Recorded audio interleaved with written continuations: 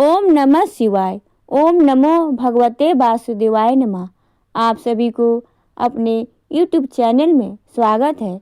माघ मास के शुक्ल पक्ष में पड़ने वाली एकादशी को पद्म पुराण में जया एकादशी का नाम दिया गया है। पुराण के अनुसार जया एकादशी का व्रत विधि पूर्वक करने से 50 योनि से मुक्ति मिलती है और इससे पापों का भी नाश होता है। इस एकादशी का व्रत करने के साथ साथ कथा का पाठ भी अवश्य करना चाहिए। मान्यता है कि जया एकादशी पाठ का करने से और इसे सुनने से यज्ञ के समान फल की प्राप्ति होती है। तो आइए जाने जया एकादशी व्रत की कथा। एक बार पांडु पुत्र युधिष्ठिर ने भगवान कृष्ण से पूछा, भगवान आपने माघ मास के कृष्ण पक्ष की षटतिला एकादशी के बारे में बताया है। अब कृपा करके मुझे बताइए कि शुक्ल पक्ष में कौन सी एकादशी आती है, उसकी क्या विधि है और इस विधि पर किस देवता की पूजा की जाती है। भगवान कृष्ण ने कहा, राजेंद्र, मैं जो बताता हूँ उसे ध्यानपूर्वक सुनो। माघ मास के शुक्ल पक्ष में आने वाली एकादशी का नाम जया है। यह सभी पापों को दूर करने वाली उत्तम तिथि है। यह पवित्र होने के साथ साथ पापों का भी नाश करती है और मनुष्यों को भोग और मोक्ष दिलाती है। यही नहीं, ब्रह्मा हत्या जैसे पाप और पिशाचत्व का भी विनाश करती है। इसका व्रत करने से मनुष्य को कभी प्रेत योनि में नहीं जाना पड़ता है। इसीलिए राजन विधि पूर्वक जया एकादशी का व्रत करना चाहिए। एक समय की बात है जब देवराज इंद्र स्वर्ग लोक में राज करते थे। देवगण पारिजात के वृक्षों से भरे नंदन वन में अप्सराओं संग विहार कर रहे थे। 50 करोड़ गंधर्वों के नायक इंद्र ने स्वेच्छानुसार वन में विहार करते हुए बहुत सी हर्ष के साथ नृत्य का आयोजन किया था। वहाँ गंधर्व गान कर रहे थे। इनमें पुष्पनंद, चित्रसेन तथा उनका पुत्र ये तीनों प्रधान थे। चित्रसेन की मालिनी नामक स्त्री थी। मालिनी द्वारा एक कन्या पुष्पवंती नाम से विख्यात हुई है। पुष्पनंद गंधर्व का एक पुत्र माल्यवान था जो पुत्रवंती के रूप पर अत्यंत मोहित हो गया था। वे दोनों ही इंद्र के संतोषार्थ नृत्य करने आए हुए थे। दोनों का गान हो रहा था और इनके साथ अप्सराएं भी वहाँ थी। परस्पर अनुराग के चलते दोनों मोह के वशीभूत हो गए। चित्त में भ्रांति आ गई। ऐसे में वो सुध न पाए। कभी ताल भंग हो जाता तो कभी गीत बंद हो जाता। इंद्र ने इस पर विचार किया और इनमें अपना अपमान समझकर वो कुपित हो गए थे। दोनों को श्राप देते हुए कहा, ओ मूर्खों, तुम दोनों को धिक्कार है। तुम पतित और मेरी आज्ञा को भंग करने वाले हो।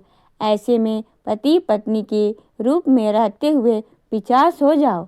इंद्र द्वारा ऐसा श्राप देने पर दोनों को बड़ा दुख हुआ।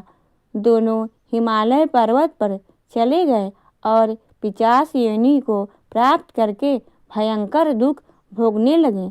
दोनों की शारीरिक पातक से उत्पन्न ताप से पीड़ित होकर पर्वत की कंदराओं में विचरते रहते थे। एक बार पिशाच ने अपनी पत्नी पिशाची से कहा, हमारे कौन सा पाप किया है जिसमें हमें यह पिशाच योनि प्राप्त हुई है। नरक का कष्ट अत्यंत भयंकर है और पिशाच योनि भी बहुत दुख देने वाली है। ऐसे में हमें पूर्ण प्रयास करके पाप से बचना चाहिए। इसी तरह वे दोनों चिंतित होकर दुख के चलते सूखते जा रहे थे। देवयोग से उन्हें माघ मास की एकादशी तिथि प्राप्त हुई। जया नामक तिथि जो सभी में उत्तम तिथि है वह आ गई। दोनों ने इस तिथि पर सभी प्रकार के आहार का त्याग कर दिया, यहाँ तक कि जलपान तक नहीं किया। उस दिन दोनों से किसी जीव की हिंसा नहीं की और यहाँ तक कि फल का भी सेवन नहीं किया। निरंतर दुख से एक पीपल के समीप दोनों बैठे रहे। सूर्यास्त का समय हो गया और उनके प्राण लेने वाली भयंकर रात उपस्थित हुई। दोनों को उस नींद नहीं आ पाई। उन्हीं रतिया और कोई सुख भी प्राप्त नहीं हुआ। इसके पश्चात सूर्योदय हुआ और द्वादशी का दिन आया। उन पिशाचों द्वारा जया के उत्तम व्रत का पालन हो गया। दोनों ने रात में जागरण भी किया था। उस दिन व्रत प्रभाव तथा भगवान विष्णु की शक्ति से दोनों की पिशाचता दूर हो गई। पुष्पवती और माल्यान अपने पुराने रूप में वापस आ गए। उनके हृदय में वही पुराना स्नेह आ रहा था। उनके शरीर पर पहले से ही जैसे आभूषण शोभा पा रहे थे। दोनों मनोहर रूप धारण कर विमान पर सवार हुए और स्वर्गलोक की ओर चल पड़े।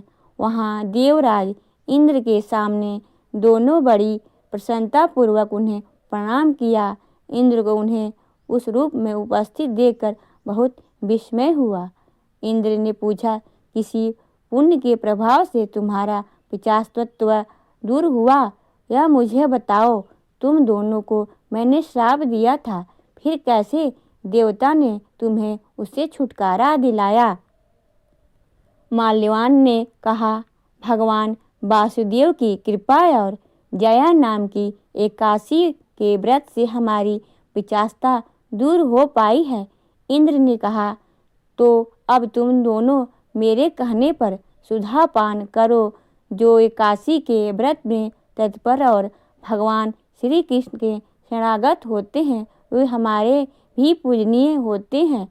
श्री कृष्ण कहते हैं, राजन, इसी प्रकार एकादशी का व्रत करना चाहिए। नृपश्रेष्ठ, जया ब्रह्म हत्या का पाप भी दूर करने वाली होती है। जिससे जया का व्रत किया हो उसने कभी सभी प्रकार के दान दे दिए और संपूर्ण यज्ञों का अनुष्ठान कर लिया। इस महात्म्य पाठ का करने और सुनने से यज्ञ का फल प्राप्त होता है। आइए सुनते हैं एकादशी माता की आरती। ओम जय एकादशी माता, मैया जय एकादशी माता, तुमको निस दिन ध्यावते, तुमको निस दिन ध्यावते, हरि विष्णु विधाता। ओम जय एकादशी माता। उज्ज्वल से दो नैना, उज्ज्वल से दो नैना, चार भुजाधारी, कान में कुंडल शोभित, कान में कुंडल शोभित, बर मुद्राधारी। ओम जय एकादशी माता, मैया जय एकादशी माता। जो धावे पल पावे, दुख बिन से मन का, मैया दुख बिन से मन का, सुख संपत्ति आवे, सुख संपत्ति आवे, कष्ट मिटे तन का। ओम जय एकादशी माता, तुम ही जग की माता, तुम ही हो भरता, मैया तुम ही हो भरता। तुम करुणा के सागर, तुम करुणा के सागर, तुम पालन करता। ओम जय एकादशी माता। मैं मूरख अज्ञानी ज्ञान प्रकाश भरो, मैया ज्ञान प्रकाश भरो। डूबे मेरी नैया भव से, डूबे मेरी नैया भव से पार करो। ओम जय एकादशी माता। करुणा हाथ बढ़ाओ, चरण पड़े थारे, मैया चरण पड़े थारे। विषय विकार मिटाओ, विषय विकार मिटाओ, पाप हरो सारे। ओम जय एकादशी माता। श्रद्धा भक्ति बढ़ाओ, कर चरणों की सेवा, मैया कर चरणों की सेवा। चढ़त प्रसाद नारियल, चढ़त प्रसाद नारियल, कंद फल मेवा। ओम जय एकादशी माता। एकादशी माता की आरती जो कोई गावे, मैया आरती जो कोई गावे। बस बैकुंठ परम पद, बस बैकुंठ परम पद, पार उतर जावे। ओम जय एकादशी माता, मैया जय एकादशी माता। तुमको निसे दिन ध्यावती, मैया जी को निसे दिन ध्यावती, हरि विष्णु विधाता। ओम जय एकादशी माता, मैया जय एकादशी माता। अगर आपको यह वीडियो अच्छी लगी हो तो वीडियो को लाइक करें, शेयर करें, सब्सक्राइब करें। ओम नमो भगवते वासुदेवाय नमः।